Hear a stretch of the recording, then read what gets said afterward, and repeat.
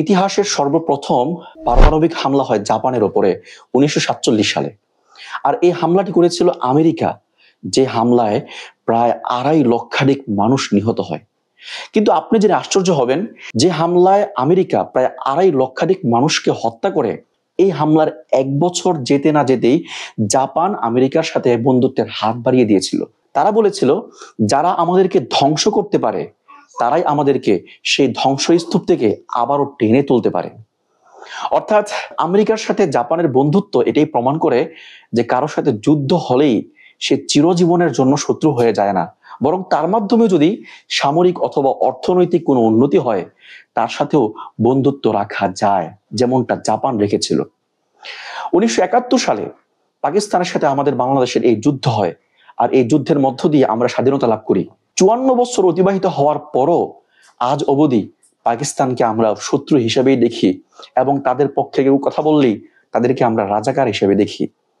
আচ্ছা, পাকিস্তানের মাধ্যমে যদি আমাদের অর্থনীতিতে কোনো উপকার হয়, সামরিক খাতে কোনো উপকার হয়, এদের সাথে আমাদের বন্ধুত্ব রাখতে সমস্যাটা কোথায়? আসলে বাংলাদেশের মানুষ কিন্তু পাকিস্তানকে এখনো পর্যন্ত বন্ধু মনে করে, কারণ ইমানের একটা সম্পর্ক আছে।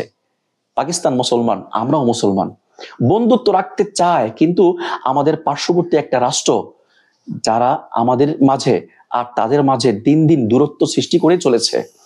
আমাদের মাঝে তাদেরকে শত্রু হিসেবে আমাদের সামনে উপস্থাপন করা হয়েছে, যদিও 54 বছর অতিবাহিত হয়ে গেছে। সম্প্রতি পাকিস্তানের উপপররাষ্ট্রমন্ত্রী বাংলাদেশে আসছেন, আর এটাকে কেন্দ্র করে বাংলাদেশের কিছু মানুষ সরকারকে রাজাকার বিভিন্ন ট্যাগ লাগাচ্ছে। আসলে ভাই, 54 বছর আগে তাদের সাথে আমাদের যুদ্ধ হয়েছিল, এখনো এদের সাথে আমাদের শত্রুতা রাখতে হবে? এদের মাধ্যমে যদি আমাদের সামরিক খাতে অথবা অর্থনৈতিক খাতে কোনো উপকার হয়, তাহলে তাদের সাথে শত্রুতা রাখার কি দরকারটা আমাদের? বন্ধুত্ব রাখলে সমস্যাটা কি? সেই বন্ধুত্ব অধিকারের ভিত্তিতে হবে, যেমনটা ভারতের সাথে আমাদের বন্ধুত্ব আছে অধিকারের ভিত্তিতে। আমরা বলি যে অধিকারের ভিত্তিতে, কিন্তু আমাদের অনেক অধিকার কিন্তু ভারত হরণ করে নিয়ে গেছে। পাকিস্তানের জনগণ এখনো পর্যন্ত আমাদেরকে বন্ধু মনে করে, কিন্তু ভারত আমাদেরকে কখনোই বন্ধু মনে করে নাই, যেমনটা আমি প্রমাণ দিচ্ছি। দেখেন, কিছুদিন আগে যখন ঢাকার উত্তরার মাইলস্টোন স্কুল অ্যান্ড কলেজে বিমান বিধ্বস্ত হয়, আর এর শোক বার্তা দিতে গিয়ে পাকিস্তানের একজন ক্রিকেটার শাহিন আফ্রিদি সে একটা পোস্ট করেছিল। আশ্চর্য হবেন যে ভারতকে আমরা বন্ধু মনে করি, পাকিস্তানের জনগণ সেই পোস্টের কমেন্টে গিয়ে আমাদের জন্য শোক প্রকাশ করেছে, কিন্তু ভারতের লোকগুলা বলেছে ভালোই হয়েছে, তারা খুশি প্রকাশ করেছে, আনন্দ প্রকাশ করেছে। যারা বন্ধুর বিপদে আনন্দ প্রকাশ করে, তারা কোনোদিন বন্ধু হতে পারে? শুধু এটাই না, 1971 সালের পর থেকে ভারত সীমান্তে, বাংলাদেশ সীমান্তে যে পরিমাণ মানুষ হত্যা করেছে, সেই পরিমাণ কি পাকিস্তান আমাদের ক্ষতি করেছে?